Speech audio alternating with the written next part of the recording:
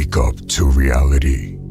Life is a battlefield, and every day is a new battle. Whether it's in a business, relationships, or personal growth, it's a constant and ever-changing war that requires you to be prepared and adaptable at all times.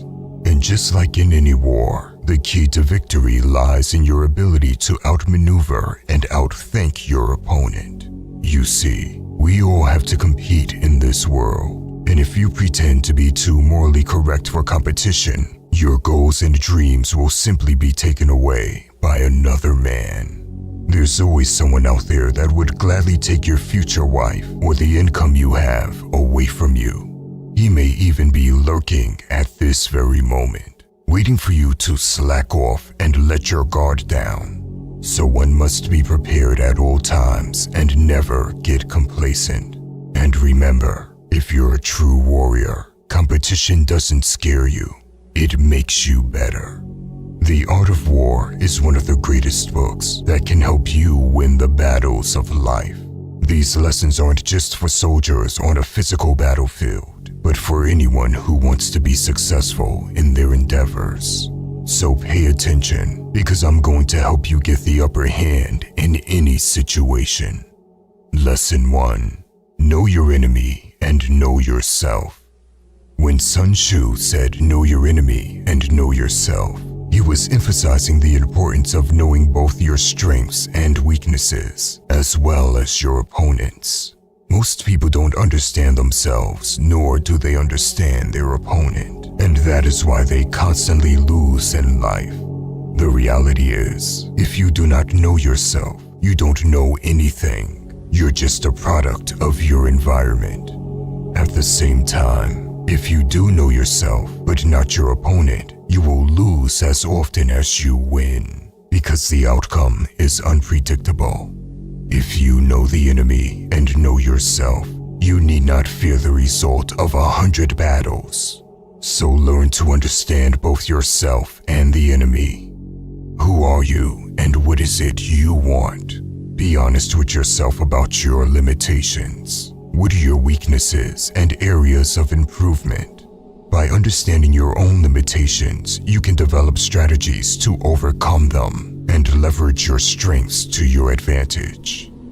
Now, when it comes to your enemy, you must learn to understand him better than he understands himself.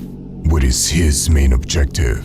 What are his traits, his habits, and biases? Analyze everything. What angers him? And how does he act when he becomes emotional? Look for patterns that he himself does not even know about. Only after learning as much as possible about him will you start to see his strengths and weaknesses. And one of the most effective ways to defeat an enemy is to strike at their weakness. As Sun Tzu famously wrote, "In war, the way is to avoid what is strong and strike what is weak." Lesson 2. Attack with precision and strategy. Victory in war is not about the level of destruction you create. Instead, the goal of war is to take your enemy out as efficiently and effectively as possible. This requires strategy. The general who wins the battle makes many calculations in his tempo before the battle is fought. The general who loses makes but few. This means every battle is won long before it is fought. Always calculate the risk of your actions and whether or not the risks outweigh the benefits of your actions. And be strategic and precise about your moves. But also make sure to never neglect the enemy's plan of action, because in war, what is of supreme importance is to attack the enemy's strategy. Lesson 3. Adapt your plans and strategy. There is no such thing as a perfect plan, because circumstances can change. This means you should not get biased and stuck on one specific plan or strategy. Instead, one should adapt their strategy to the specific circumstances they face in order to maximize their chances of success. This means that it's important to stay flexible and open-minded in the face of changing circumstances, and be willing to adjust your tactics accordingly when necessary. Remember, A master plan turns into a garbage plan when all the circumstances around it have changed, and not changing your plan in time will get you destroyed. Lesson 4. Avoid direct conflict. There are times where you must ruthlessly attack your opponent.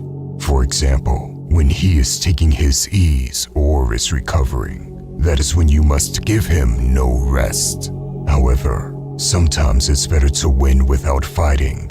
This means you avoid conflict from taking place. This does not make you weak or scared. Even the strongest animal would avoid a battle that's not worth fighting. There are many reasons why you want to avoid direct conflict. It could be because your enemy is too strong to take on at the moment, or because you don't want to waste time, energy, and resources on a battle that can easily be avoided. Or maybe because you found a way to destroy the enemy without having to face him in direct battle. One of the tactics Sun Tzu recommends for achieving victory without direct conflict is the use of deception. By misdirecting your opponent or presenting false information, you can gain the upper hand and achieve your objectives without risking direct confrontation. The supreme art of war is to subdue the enemy without fighting. He will win who knows when to fight and when not to fight. There are many situations where it's best to avoid direct conflict, so always keep your main objective in mind before going to battle. Lesson 5. Emotions have no place in war. It is the unemotional, reserved, calm, detached warrior who wins, not the hothead seeking vengeance and not the ambitious seeker of fortune. There are two things I have always mentioned on this channel. One is the importance of emotional control. The second is the importance of detachment.